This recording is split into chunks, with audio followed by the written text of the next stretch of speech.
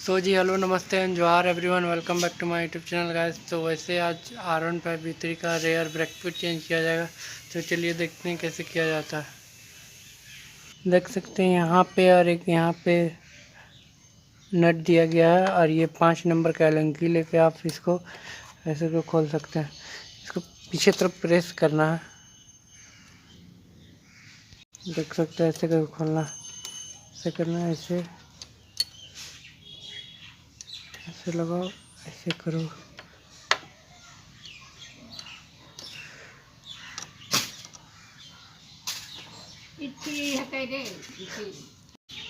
देख सकते हैं दोनों ही नट खुल चुका है। अब इसको दोनों को ऐसे करके निकाल लें, थोड़ा सा पकड़ के, थोड़ा सा हल्का सा ही लगेगा। ये निकल गया है। अब कोई पेचकस या कुछ एक ये से लेके इसको हल्का सा ऐसे करके प्रेस करें, जिससे अंदर का जो ये कैलिपर का पिस्टन है ना, वो अंदर घुस जाएगा। तो चलिए निकालते हैं। देख सकते हैं ये ब्रेक पैड पूरा ख़त्म हो चुका है। इसका जो थर्ड लेयर का लाइन रहता है ये ख़त्म हो चुका है।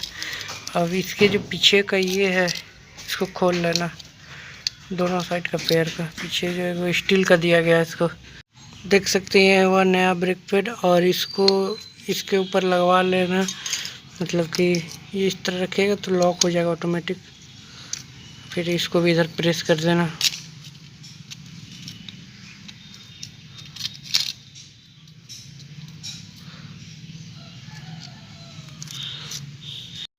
ये लॉक हो चुका। अब इसको एक पेयर डालना है लेफ़्ट साइड को, ऐसे करके कर देना, और एक पेयर लेफ़्ट साइड में डाला, एक पेयर राइट साइड में डाल के ऐसे करके दोनों ब्रेक पैड को इन कर देना, और ये दोनों नट को फिर लगा देना। तो ये देख सकते होल्ड हो चुका है। अब एलंकी से इसको टाइट कर दें। 5 नंबर का ही एलंकी से, इससे खुलाता ही ऐसे करके टाइट करें और इधर घुमाएं आगे की ओर।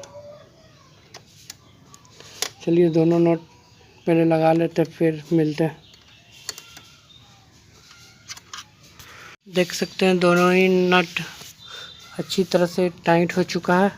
अब इसको क्या करें, 2 से 3 बार इस रेयर ब्रेक को पुश करें।